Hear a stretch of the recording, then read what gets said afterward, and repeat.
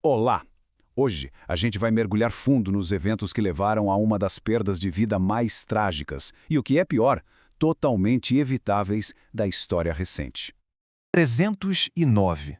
Sabe, isso não é só um número. Representa cada pessoa, cada vida que foi perdida num dos incêndios mais mortais em uma boate que já se teve notícia. Então, como é que isso aconteceu? Para responder essa pergunta, a gente precisa entender a cadeia de eventos, o passo a passo que levou ao incêndio de Natal em Loyang, lá no ano 2000.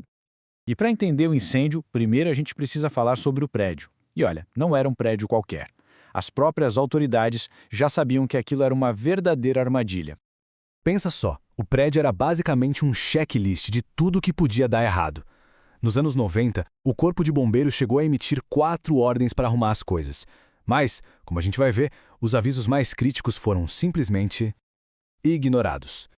A coisa era tão séria, mas tão séria, que um inspetor de segurança, já sem saber o que fazer, escreveu direto para o governo da cidade. Ele literalmente implorou para que o prédio fosse fechado. Uma intervenção que, infelizmente, nunca veio. E isso tudo nos leva para a noite de Natal do ano 2000. O prédio estava cheio de gente e, ao mesmo tempo, acontecia uma reforma para uma nova loja de departamentos. E nessa reforma, soldadores sem licença tinham uma tarefa bem simples: fechar 2 buraquinhos numa placa de aço. O problema? Eles não faziam a menor ideia de que, logo atrás daquela placa, tinha um depósito. Um depósito lotado de tecidos e madeira, tudo altamente inflamável. Era a combinação perfeita para o desastre. E foi o que aconteceu. Bastou uma faísca, uma única faísca, para acender esses materiais. Ali começava um foguinho que, em muito pouco tempo, se tornaria um verdadeiro inferno. Mas olha, o fogo sozinho não foi o único culpado. O que realmente selou o destino de quem estava lá dentro foi uma sequência de erros humanos e falhas na estrutura do prédio. A resposta demorou demais. Para ser exato, 30 minutos. Cada segundo perdido foi um tempo precioso que o fogo teve para crescer, para sair de um pequeno foco de fumaça e virar um incêndio fora de controle. E aí a tragédia se completa. Cada decisão, cada falha foi piorando a anterior. Foi como uma bola de neve de erros, criando uma tempestade perfeita, uma armadilha mortal para quem estava lá.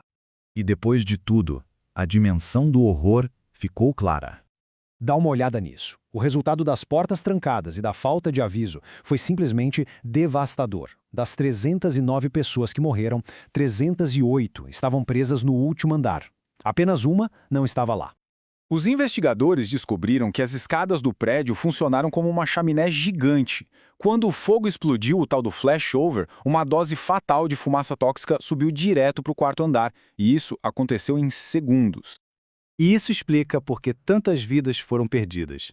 As pessoas foram dominadas pela fumaça muito antes das chamas chegarem até elas. O incêndio de Loyang serve como um lembrete terrível. Um lembrete de que as regras de segurança não surgem do nada. Elas são, muitas vezes, escritas com base em desastres reais. E isso deixa a gente com uma reflexão que chega a dar um arrepio. A linha que separa um dia comum de uma tragédia gigantesca é muitas vezes só um aviso que alguém viu, mas por algum motivo escolheu ignorar.